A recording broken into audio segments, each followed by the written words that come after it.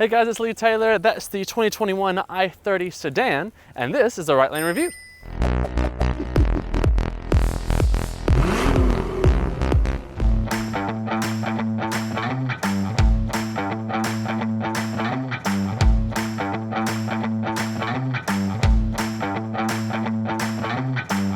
Hyundai is on a roll, a full sweep of redesigning nearly every model on offer. The Korean manufacturer has been growing like wildfire next to its sister Kia over the last few years. Sharp designs, new tech, and local tuning means Hyundai is on the hunt for a bigger piece of the Aussie market. For 2021, the old Elantra has now been renamed the i30 Sedan, and it's actually won quite a few awards in its inline trim. But with us this week is an active trim, which is kind of what Hyundai considers to be the base model. But it's really not that base of a base model. It's got leather seats, wireless Apple CarPlay, a Hyundai Safety Sense suite of safety features, quite a bit of room, and this new serpentine styling that's all over the i30 range. And when you compare this to cars like the Mazda 3 and the Corolla Sedan, which it directly competes with, it's quite cheap. All of this for less than $30,000. Let's talk about this styling for a moment before we get too far ahead. So for 2021, this sedan looks lower, sleeker, and a bit of a wedge shape. From the back it gives you a bit of Audi A5, and from the front it gives you a bit of Python? We'll go with Python. But it's got these really sharp creases, nice curves, and it feels quite young actually. A different take for the small sedans, and I think Hyundai overall, not too bad. So what's the i30 like driving around? Well, actually it's not too bad. This new sedan layout means there's a little bit longer wheelbase, and the chassis tuning is of course done here in Australia like all locally sold Hyundais. And you can tell there's been quite a lot of work done on the suspension, so it feels nice and smooth. It doesn't crash over bumps. It's noisy on occasion, but I can forgive it considering that it's $30,000. The steering is quite quick. It is fairly light on its feet, a bit kind of numb, so there's not a ton of engagement factor in the steering, and I wouldn't go chucking it around a back road. But a car like this is not really designed for that. This car is designed to be in the commute every single day, and doing that for the last 7 days in this thing has been quite nice actually. It hasn't really missed a beat. The engine's a 2-liter 4-cylinder. It's got 117 kilowatts and 100-odd meters of torque, and it does all right. I wouldn't call it the sporting choice in this particular setup. You can get a 1.6-liter turbo in the higher models, but it does perfectly fine. The 6-speed never misses a beat, and you can also get them in a manual option if you want to roll your own gears, like I prefer to do. With the active cruise control, I actually really like it. It keeps you a safe distance in traffic. You have to engage it above 30 kilometers an hour, but that's perfectly fine. Once it's engaged, it will stop and go all on its own. You do have to tell it when to go again, but it's a really good system, and it's very, very smart, very, very smooth, unlike some systems and other brands where it can be a bit jerky at times. And if I think about the features in this car, it's a lot of bang for buck. I mean, you get all the safety features you need. I would like blind spot monitors, but again, I'll forgive it for less than $30,000.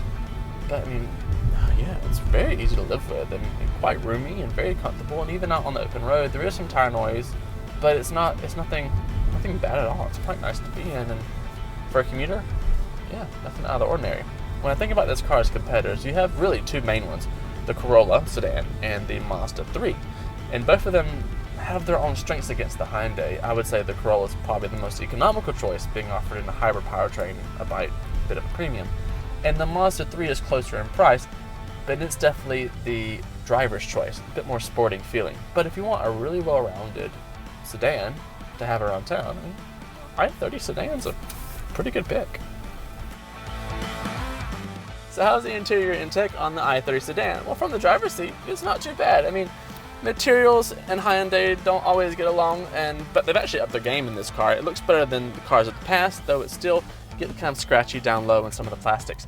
The design, however, is really, really good. So they've managed to make this car feel very cocoon-like. So you sit low, and the styling comes up along the sides. There's this beautiful silver trim that goes all the way around, so it looks good. The seats are nice and wide. They're very plush, actually, and they have a great design to them, so they look really good and really upscale.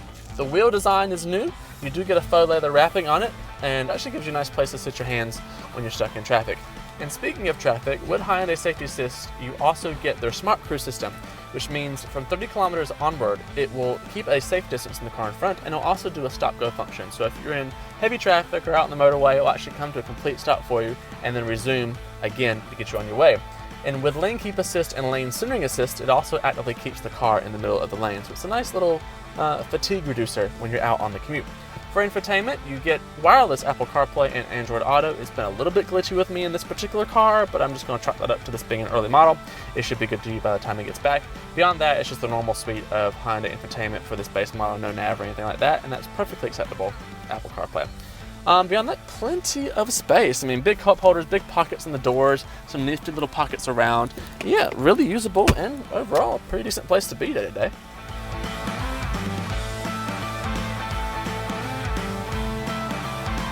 So what about the back seat of the i30 Sedan? Well, actually, you get quite a lot of room. So as normal, seats in my normal driving position, I'm 6 foot tall and I have plenty of leg room at the knees and at the feet as well. The seats are equally as supportive as the ones up front, and these look just as good.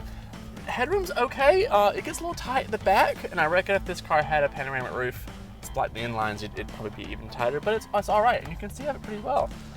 You do get cup holders and armrests just in case, as well as ISOFIX points if you have kids. One weird thing though is you get a net for the passenger side, but not for the driver's side. So how's storage in the back of the i30? Well, to start with, you don't get a physical button, so you can't just walk up with your hands full of stuff and open the boot, which is a bit annoying. But you do have the button on the key as with every other vehicle. So once you do get the boot open, there's actually quite a bit of space in the back of the i30. I mean, a ton of space. Plus, the rear seats will fold down if you need room for a little bit longer item. There is some storage underneath the load floor as well, and there's also a full-size spare just in case. So what are my tops, bottoms, and final verdicts on the 2021 Hyundai i30 Sedan? Well, a couple small things. One is this blind spot over the driver's shoulder, mainly because you don't get blind spot monitors on this particular model. So being a long car, it can be kind of difficult moving in and out of really tight traffic.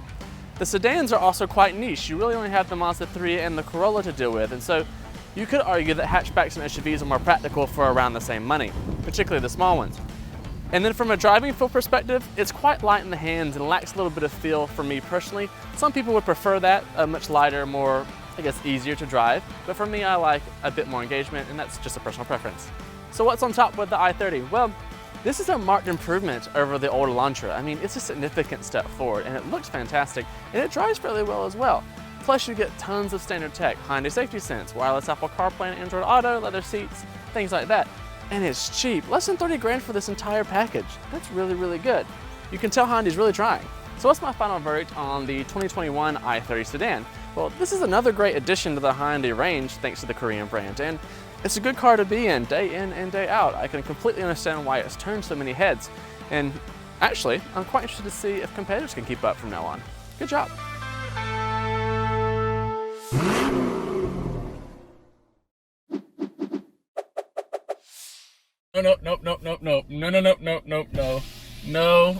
Nope, and no.